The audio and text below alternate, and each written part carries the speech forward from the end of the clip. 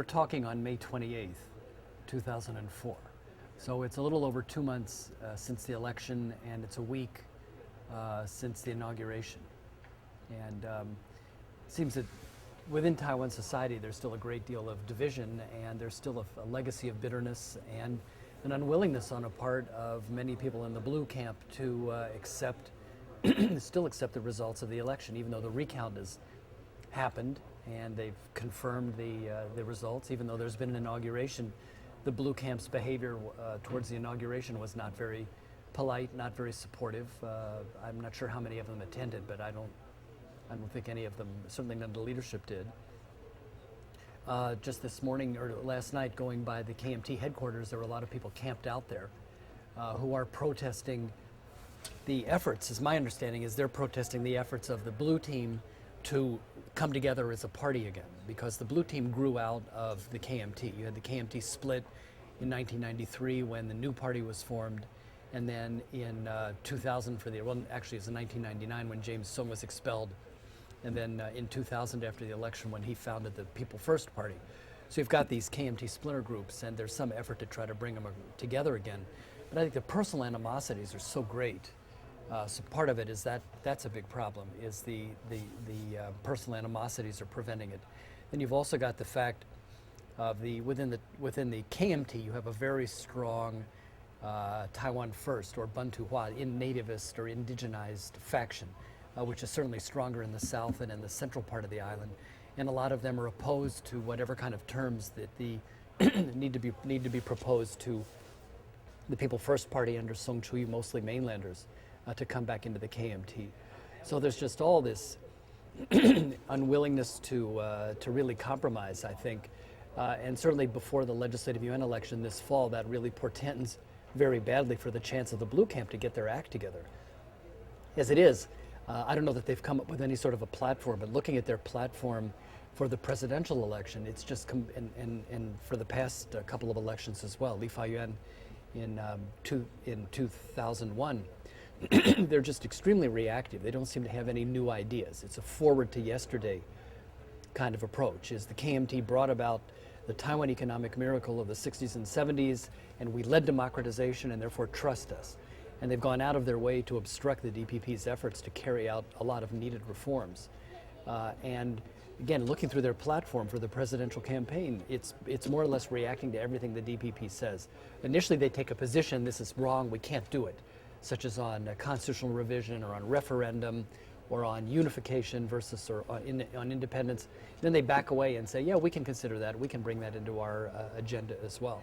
So I think it's very hard for them to inspire anybody because they don't come up with any kind of new ideas. So now whether or not the green camp can convert the disarray in the blue camp into an electoral victory is of course another big issue, because within the DPP there's a certain amount of dissent as well over this question of who are they going to nominate and reform of the Legislative Yuan, what are going to be their main campaign issues as well. So it's a period of a great deal of fluidity, and it's not clear when they're going to get their act together before the actual election at the end of the year.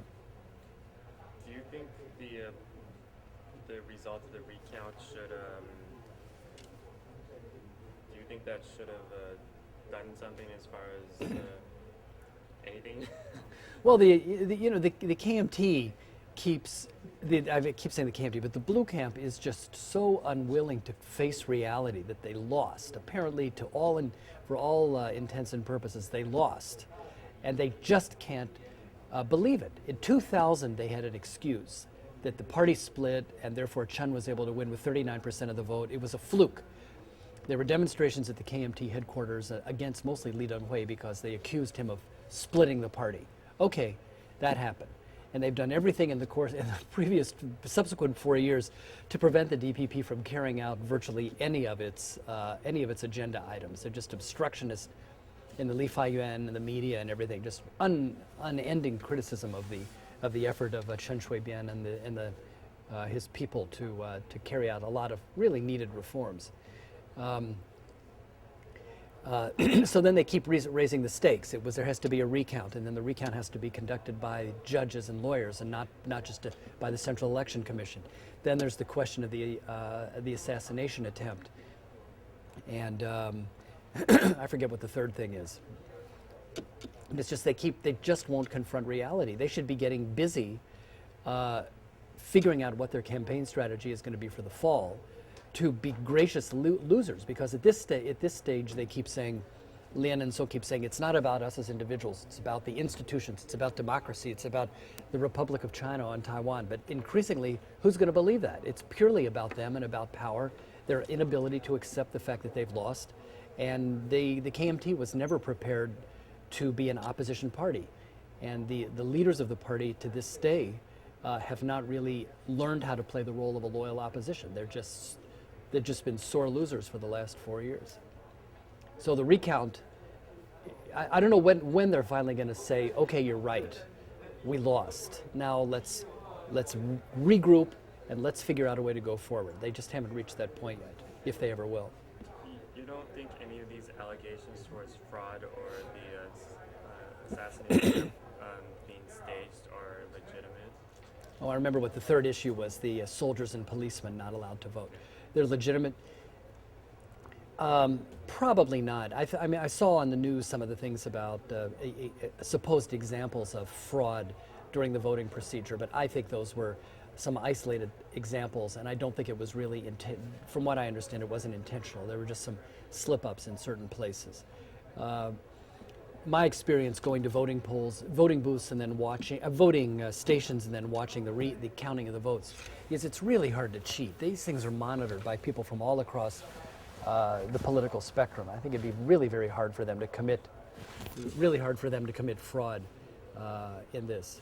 Then, what was the other thing you ask it again? Oh, sorry. Could you talk about? It's really hard to commit because you were sort of like this. Yeah, I'm sorry. Yeah, go ahead. Like, why is it so difficult to commit fraud in these elections? I think it's hard to commit fraud during the elections because during the voting process and during the counting process, you've got a lot of representatives of the parties concerned. Just citizens who are interested will sit in the voting station and watch the process of opening up the ballot boxes and the counting to make sure that it's correct. So I don't think there was intentional fraud committed. I think there were some accidents, some errors which happen anywhere, but I don't really think there were cases of fraud.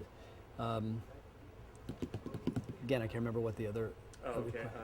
The assassination attempt. Oh, the assassination attempt. I don't have any inside information on the assassination attempt. I don't know really if the truth is ever going to come out. If there was an assassination attempt, it was an awful thing for anybody to do, and there should continue to be an investigation to find out the truth. I agree certainly with the blue camp. They should find out the truth, try to pursue it, find out who was behind this, and proceed through the legal system in order to punish them. If it was fraud, and there's certainly the possibility that there was a setup, and there's a lot of conspiracy theories about that, it's not, as my understanding is, it's not illegal. It's a dirty trick. And it's a dirty trick you can find in a lot of different political systems. In America, there's specialists within the Democratic and Republican parties in dirty tricks, but they're not illegal. And they may be immoral, but they're not illegal. And for the KMT to be so upset about dirty tricks, I don't really think it was a dirty trick, but if it was, the KMT used so many underhanded methods of intimidation and vote buying and threats and fraud and turning off the electricity in certain voting areas and disappearing ballots and all kinds of dirty tricks, even during the process of the early years of democratization and well into the 1990s. I think they're in a really weak position to start criticizing people for using dirty tricks if it turned out that this was a dirty trick, which I don't think it was. Well, I just think certainly Taiwan society right now is quite split, and I think in his inaugural address, President Chen made a very inclusive, big tent kind of approach to the people of Taiwan, saying that it's time that he went back to Lee Teng-hui's position in 1998 about it doesn't matter when you or your ancestors came to the island, we're all new Taiwanese and we all share this Taiwan identity. So he's taking this big tent, inclusive kind of approach. Even though during the election campaigns there has been a much more exclusivist definition of who can be a Taiwanese. And this has alienated a lot of people. On March 21st of 2004, the day after the election, I went over to the area in front of the Zongtongfu where there were so many demonstrators from the blue camp, and a group of people surrounded me when they found out I could speak Chinese, and they were just livid about what they felt as the use of ethnic differences by the DPP, that they were manipulating these differences were there, but they felt that they had gotten, these were mostly mainlanders, and they had gotten along very well with Taiwanese, but for the sake of the election, the DPP was, and of course they personalized it in Chen Shui-bian, was manipulating and stoking, creating a lot of enmity and ethnic discord, which really wasn't there. And so, even though Chen in his public address has said now we have to rethink this, I go back to this idea of new Taiwanese and we're all in the same boat here, I think that doesn't wash with a lot of people. And going up to the presidential campaign now, the legislative UN campaign at the end of the year, I'm sure, I can guarantee you that the ethnic issue is going to come to the fore again, and it's going to make a lot of bad blood. And even though some people may say, well, it's just rhetoric that we use during the campaign, don't take it that seriously.